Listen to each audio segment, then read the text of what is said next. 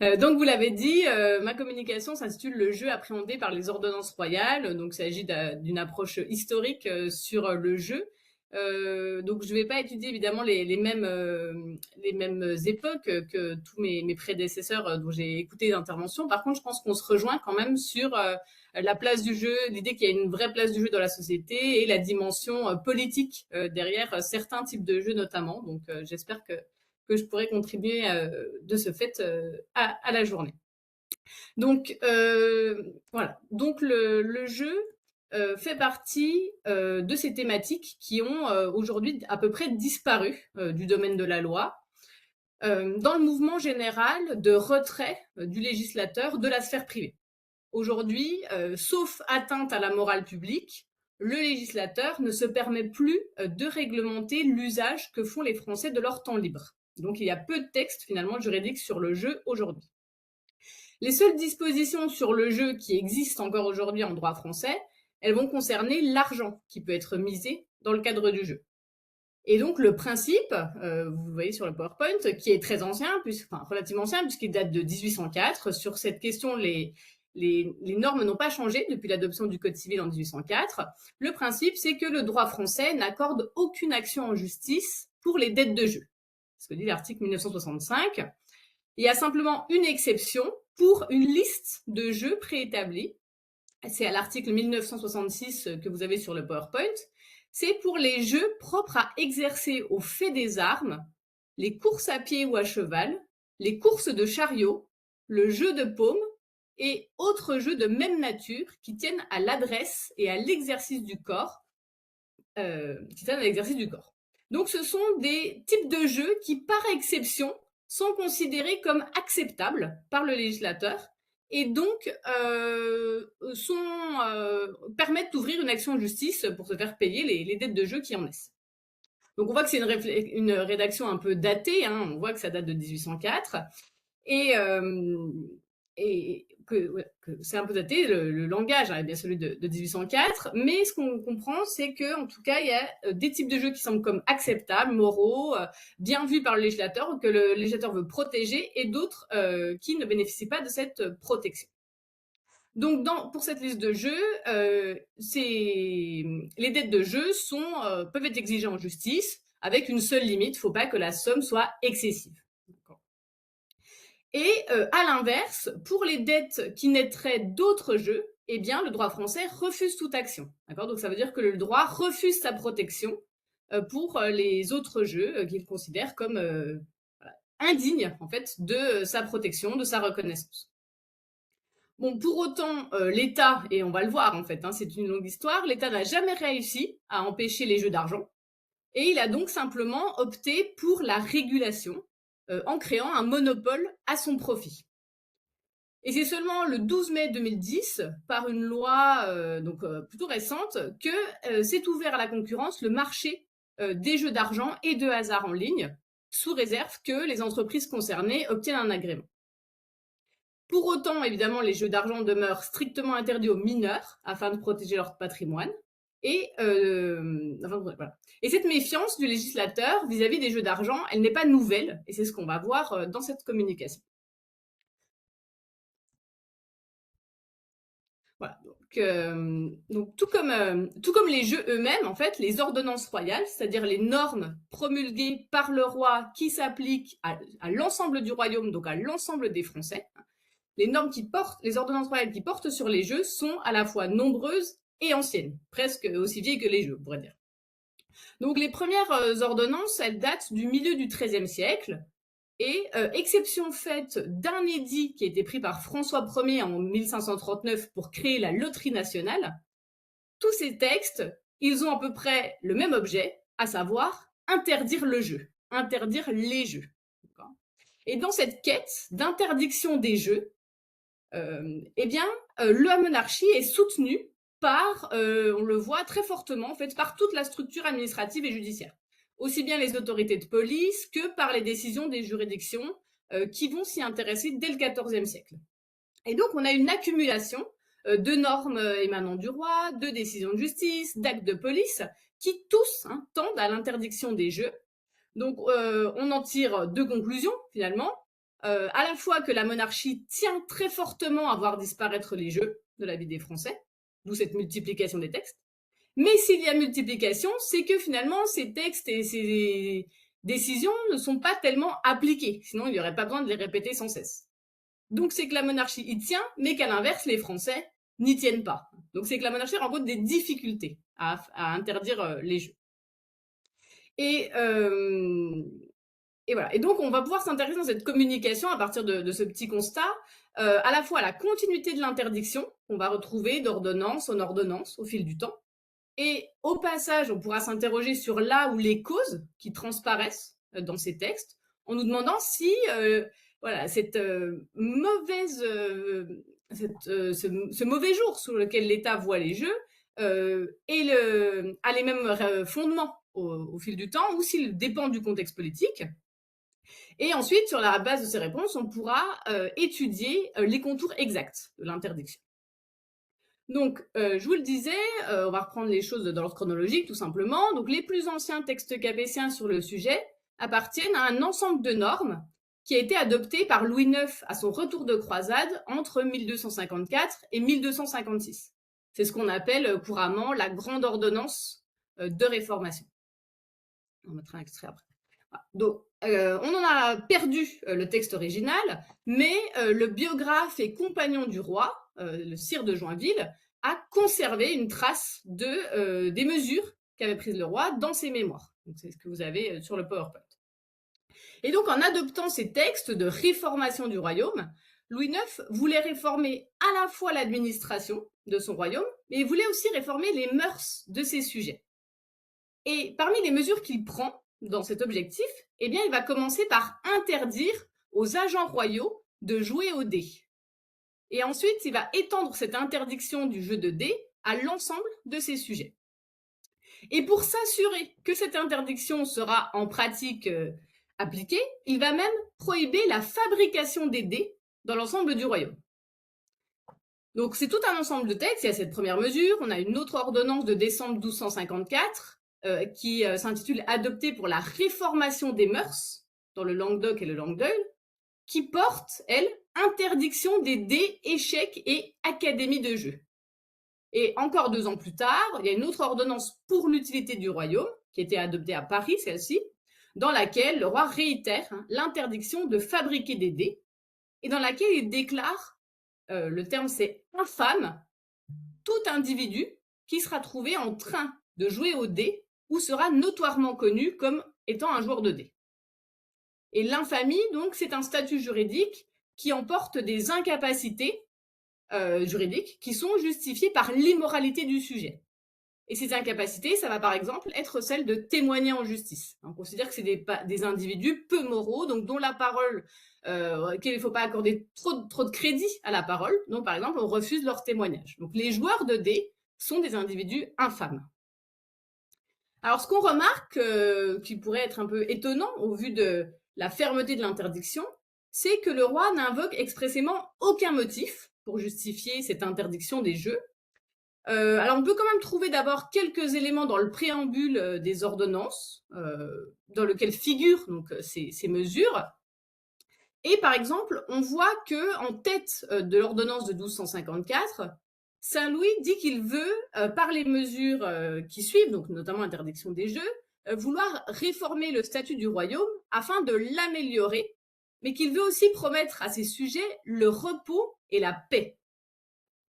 Donc, ces objectifs, ils coïncident parfaitement avec l'aversion bien connue de Saint-Louis pour tous les types de comportements déviants, tels que la prostitution, l'ébriété et la vie dans les tavernes, de manière générale, qui sont des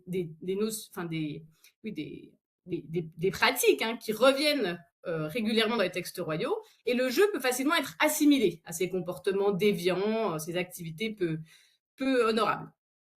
Et donc, voilà, parce que la monarchie explique donc qu'elle voit ces lieux où on pratique la prostitution, le jeu, notamment les tavernes et les cabarets, comme des lieux de débauche, qui sont l'occasion de fréquents débordements, d'abus, d'infractions.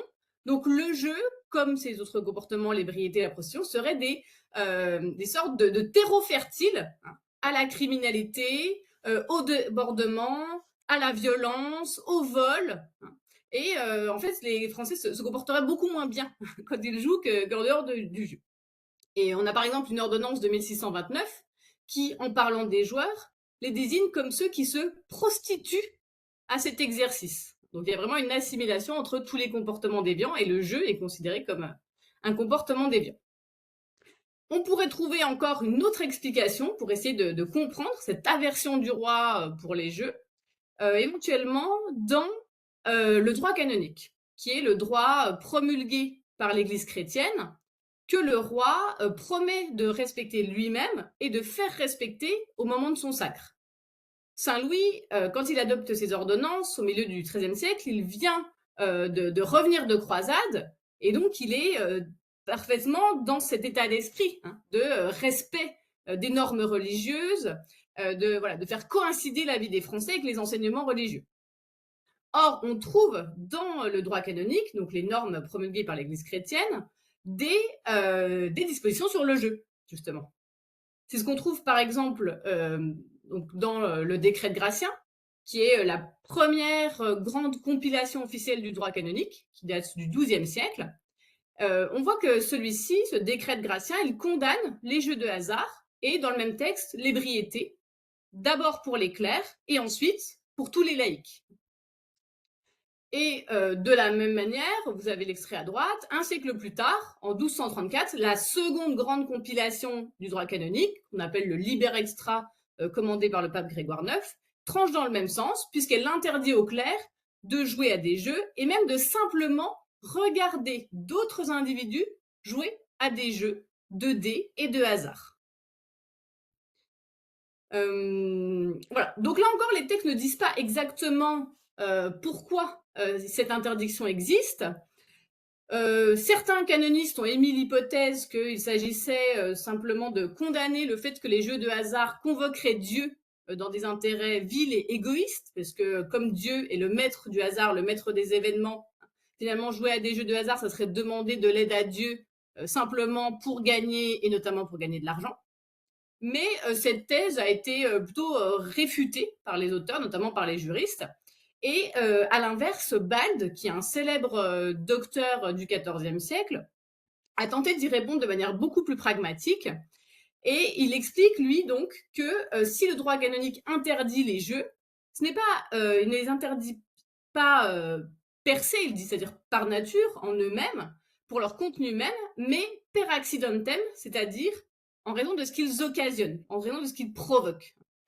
Pourquoi? Eh bien parce que c'est l'idée que à la fin du jeu, l'un des joueurs va gagner, les autres vont perdre, et il constate que souvent les perdants, eh bien, soudain, perdent la raison. Au moment où ils perdent, parce que bien sûr, sous-entendu, ils jouent, mais ils jouent de l'argent, en général, et au moment où ils voient qu'ils vont perdre cet argent, ils perdent justement la raison aussi. Et donc ils se mettent à blasphémer, il dit, on les voit jeter en l'air les éléments du jeu, on les voit détruire les jeux en place publique ou dans les tavernes, et même on les voit commettre des infractions, par exemple voler l'argent des autres pour payer, ou voler leurs créanciers. Voilà. Donc tout à coup, le jeu devient une sorte de pousse au crime, sous l'effet de la colère.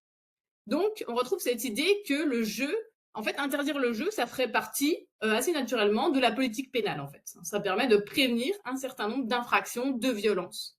Et c'est justement le rôle du droit. Et donc voilà. Donc à la fois, ce serait pour prévenir les infractions, et en plus, ça permet au roi de respecter donc le droit canonique en tant que roi chrétien. Et donc tous les successeurs de Louis IX qui ont eu la même vision du jeu, c'est-à-dire que eux aussi vont prohiber les jeux en partie pour les mêmes raisons et en partie pour de nouvelles raisons. Ce qu'on va voir. On voit dans les successeurs de Louis IX ajouter de nouveaux motifs à l'interdiction. Par exemple, une ordonnance de Philippe V, prise en 1319, qui s'intitule Ordonnance portant défense de jouer aux dés, tables, tric-trac, palets, quilles, billes, à la boule et à d'autres jeux semblables qui détournent des exercices militaires à peine d'amende. Donc là, on a une justification dès le titre. Et au passage, l'expression d'autres jeux semblables, ce qui est très flou, effectivement, elle est volontaire de la part du roi. Elle lui permet d'éviter qu'une interprétation stricte du texte ne rende la mesure moins efficace. Et donc, cette idée, on la retrouve encore un demi-siècle plus tard chez Charles V, c'est ce que vous avez dans le PowerPoint, dans une ordonnance de 1369 qui interdit, elle aussi, vous voyez, les jeux de hasard sous peine d'amende et enjoint de s'exercer à l'arc et à l'arbalète. Donc, on retrouve dans le titre, là aussi, il y a deux informations. Les jeux sont interdits, les jeux de hasard sont interdits, et par contre, il y a ces exercices militaires qui apparaissent, alors que c'est pas forcément évident. Et donc le roi explique à l'intérieur de ce texte que ces divertissements, que sont les jeux de hasard, ne chient point à exercer ni habiliter nos dits sujets à fait et usage d'armes ou à la défense de notre dit royaume. Donc au XIVe siècle, il y a quelque chose qui change dans le discours royal. Il y a la continuité, c'est l'interdiction des jeux, mais cette fois le roi justifie par le mauvais usage de son temps que constituent les jeux. Les jeux, ça ne sert qu'à s'amuser, au mieux, et au pire, ça sert, ça pousse à perdre de l'argent et à commettre des crimes. Or, ce temps libre, les Français devraient mieux l'utiliser. Par exemple, dans une société médiévale très guerrière, et en particulier dans le contexte de la guerre de 100 ans, qui est celui de ces deux textes, ils devraient plutôt utiliser leur temps à s'entraîner à l'exercice militaire. Donc, ce qui est assez puissant, c'est que la monarchie, ici, la monarchie se fait le maître en quelque sorte du temps libre des Français. Elle leur interdit certaines activités et par principe, et à l'inverse, elle les force à d'autres activités qui sont les exercices militaires. Voilà. Et là, donc, on retrouve un petit peu cette double tradition héritée du droit romain et du droit canonique, d'une différence entre des jeux qui seraient moraux, acceptables, encouragés par la monarchie, et qu'on avait déjà en sous-texte dans le Code civil, et à l'inverse, des jeux inacceptables, interdits, dangereux. Donc la différence, elle est simple. La différence, c'est comme on l'a vu dans le Code civil, c'est que il y a les jeux de hasard, de dés, finalement, ce qu'on appelle aujourd'hui des jeux, qui sont purement ludiques, qui ne servent qu'à s'amuser ou éventuellement à gagner de l'argent, qui sont réprimés. Et à l'inverse, il y a ce qui s'appelle alors des jeux, mais qu'on n'appellerait plus probablement des jeux aujourd'hui, qu'on appellerait plutôt du sport ou des activités physiques. Ce sont toutes les activités qui vont permettre de démontrer des mérites, des vertus des textes. Donc, de démontrer de l'agilité, de la force, de la puissance. Le droit romain, justement, par exemple, reconnaissait comme valable la lutte, le lancer de javelot, la course à pied ou d'autres formes d'affrontement au corps à corps. Avec cette idée que là, celui qui gagne, il ne gagne pas par hasard, mais par ses mérites.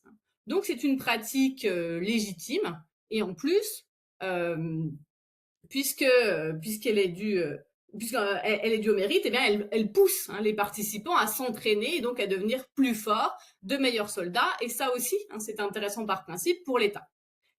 Et donc cette liste, elle est acceptée aussi par les canonistes, c'est ce qu'on voit sur le PowerPoint, des jeux d'adresse, les jeux de force, eux sont considérés comme des jeux par exception qui doivent être autorisés et même encouragés.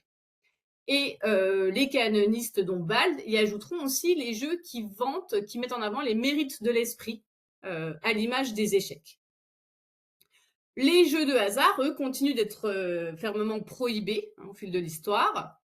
Donc j'accélère un peu, j'ai vu l'heure. Donc continuent d'être fermement prohibés.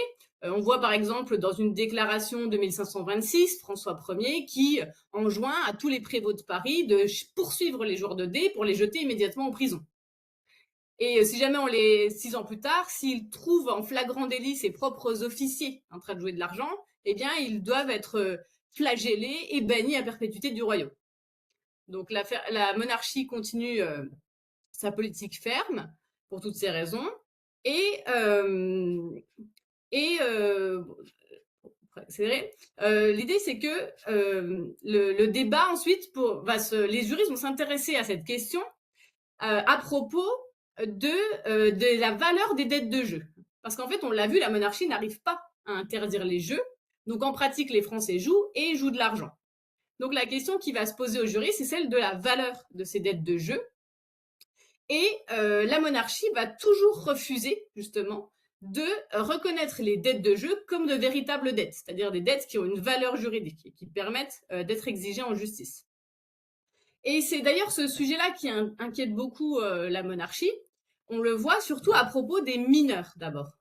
Dans une ordonnance de 1566, pardon, Charles IX eh bien, s'inquiète, il dit, de ce que beaucoup de jeunes enfants subissent des influences néfastes d'adultes qui les poussent à jouer, et notamment à jouer de l'argent. Et le roi va donc prendre tout un ensemble de mesures juridiques pour leur permettre d'obtenir la restitution de sommes d'argent, condamner ces dangereux créanciers et les forcer non seulement à rembourser l'argent versé par les mineurs, mais même à leur payer des dommages-intérêts, une somme plus importante, pour essayer de les dissuader, ces prêteurs, de prêter de l'argent à des enfants afin qu'ils les jouent et génèrent des dettes de jeu. Et quelques décennies plus tard, la monarchie, notamment à partir de 1577, va étendre cette mesure à l'ensemble des Français, mineurs comme en 1570, mais aussi adultes, en estimant voilà, que jamais une dette de jeu ne doit avoir de reconnaissance juridique. Et il espère qu'ainsi, finalement, les jeux d'argent disparaîtront. Parce que si les créanciers ne peuvent pas obtenir la protection de la justice, ne peuvent pas réclamer leurs dettes en justice, eh bien, sans doute qu'ils se diront que finalement, c'est des dettes qui sont destinées à mourir très vite, et donc ils cesseront de eux-mêmes se livrer à des jeux d'argent. Voilà, donc la politique, si vous voulez, je vais donner des questions, un milliard d'exemples, elles sont très stables, les ordonnances sur cette question. Et ce qui est intéressant, c'est qu'au moment de la rupture un peu de l'histoire du droit qui est 1789, le droit contemporain, qui sera consacré dans le Code civil de 1804, eh bien, va devoir choisir entre rejeter ou à l'inverse poursuivre le droit posé par la monarchie jusque-là, et va décider de s'en faire l'héritier, puisque lui aussi il va interdire les dettes de jeu dans le but de décourager, les Français de jouer de l'argent. Seule différence, c'est que par contre, le Code civil, lui, ne se permet pas d'interdire les jeux dès lors qu'ils ne contiennent pas d'argent. Voilà, donc je vous remercie.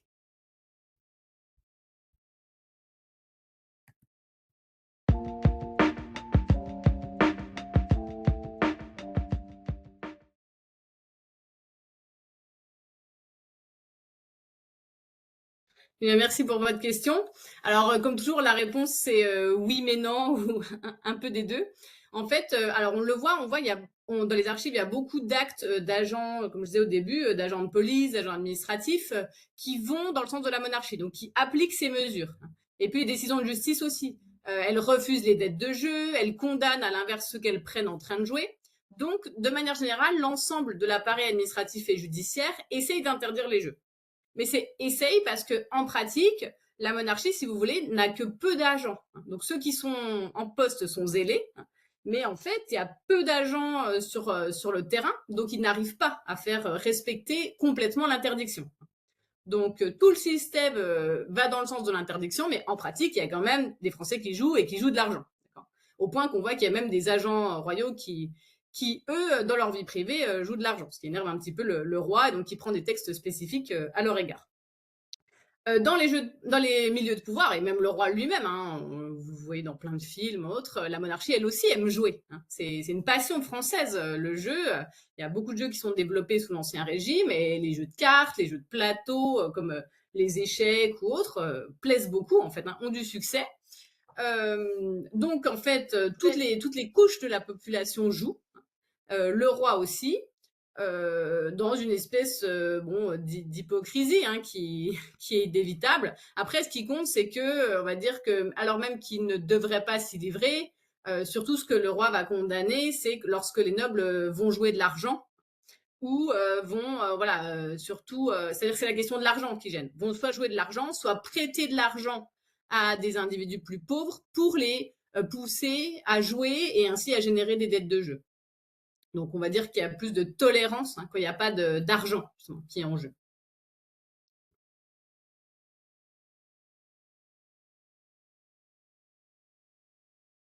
Ah, je veux bien réagir, oui. Donc merci beaucoup. J'adhère complètement à ce que vous dites. Simplement, et en fait, il y a quand même, je trouve, un peu une scission dans l'histoire. C'est-à-dire qu'à partir du XVIe siècle, c'est exactement ce que vous dites. Et d'ailleurs, vous citez surtout des philosophes du plutôt XVe, XVIe siècle. C'est-à-dire qu'il y a toujours le mot argent dans l'ordonnance qui sort, hein. On voit que c'est une question prégnante. Par contre, avant, c'est-à-dire que chez Saint-Louis, on trouve pas du tout la question de l'argent. Et lui, je pense que c'est quand même vraiment cette idée fondamentale des mœurs, de la bonne vie, justement, plutôt dans l'idée de suivre un peu un mode de vie comme celui des ordres religieux, c'est-à-dire c'est avant tout même celui d'être moral et de donner son temps, de consacrer son temps à autre chose que du pur divertissement. C'est-à-dire que c'est l'idée que les Français feraient mieux d'utiliser leur temps à prier, aller à l'église ou à travailler plutôt qu'à trop se divertir. Donc il y a quand même le jeu qui est mal vu quand même en lui-même, c'est-à-dire que surtout quand c'est dans une grosse proportion. Il ne faut pas que ça empiète beaucoup sur la vie. Il ne faut pas que ça déconcentre en fait du vrai sens de la vie qui est la poursuite des enseignements religieux, en fait, le mode de vie chrétien. Et pareil, dans les ordonnances du 14e, celles de 1319 et 69, là, il n'y a pas du tout la question du jeu, et il y a bien tout de suite, après l'interdiction qui suit même dans le titre, et s'exercer aux exercices militaires, alors qu'on ne met pas forcément les exercices militaires dans le même domaine de réflexion que le jeu. Là, c'est vraiment parce que le roi veut utiliser encore à bon escient le temps de ces sujets, mais cette fois, c'est plus parce qu'ils pensent que les sujets doivent consacrer leur temps libre à respecter les enseignements religieux, c'est plutôt parce qu'ils devraient s'entraîner à la guerre, parce qu'on est en pleine guerre de 100 ans, et il est très probable que du jour au lendemain, on lève un peu les armées, et il faudrait que les Français soient un peu entraînés. Donc il y a vraiment cette idée d'un critère utilitariste, pour moi, du temps libre jusqu'au 16e. Et par contre, après le 16e, c'est plus la question parce qu'il y a moins cette la monarchie finalement se saisit surtout de la question financière et là du gambling, comme vous l'avez dit. Après, sur le vocabulaire, la monarchie écrit tous les textes dont il est question là en français. Donc, c'est toujours le mot jeu. Et après, il est précisé, voilà, jeu de hasard, comme je disais. Et après, elle dit les jeux d'adresse, en fait, qu'on appellerait aujourd'hui plutôt du sport. On n'appellerait pas ça jeu, hein, plutôt. Après, dans le vocabulaire antique, c'est le mot ludus qui apparaît le plus en latin. Euh, voilà, ludus, mais il y a aussi jocus qui fait la différence. Le ludus, c'est plutôt un jeu d'action avec des cartes voilà, qui mobilisent le corps. Le jocus, c'est la plaisanterie, plutôt, c'est les jeux de mots en latin. Donc, dans les textes latins, c'est ludus qui apparaît, mais il n'y a que ce mot-là quasiment, pour désigner ce qu'on appelle gaming comme gambling. Et dans les ordonnances royales, c'est que le mot jeu. Donc, c'est pour ça qu'il précise à chaque fois. Voilà, merci.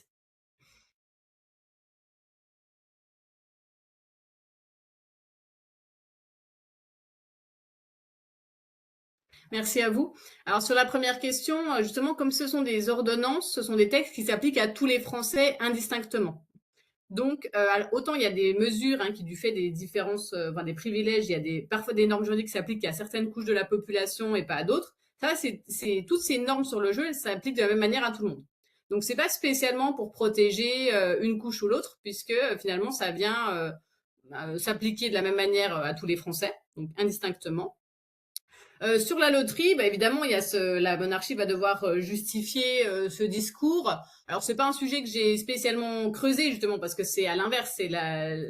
Moi, c'est plutôt sur l'interdiction des jeux. Sur l'autorisation, c'est l'idée que effectivement, tout simplement, cette fois, la France, eh bien, a besoin d'argent. Hein, et que c'est pas finalement une dette de jeu parce que c'est l'idée que c'est simplement c'est pas d'un individu à un individu. Vous voyez, c'est un individu entre l'État, hein, vis-à-vis de l'État seulement. Donc ça permet de dire que c'est dans un cadre plus organisé, plus étatique, et donc qui n'est pas immoral, qui donne pas lieu au débordement.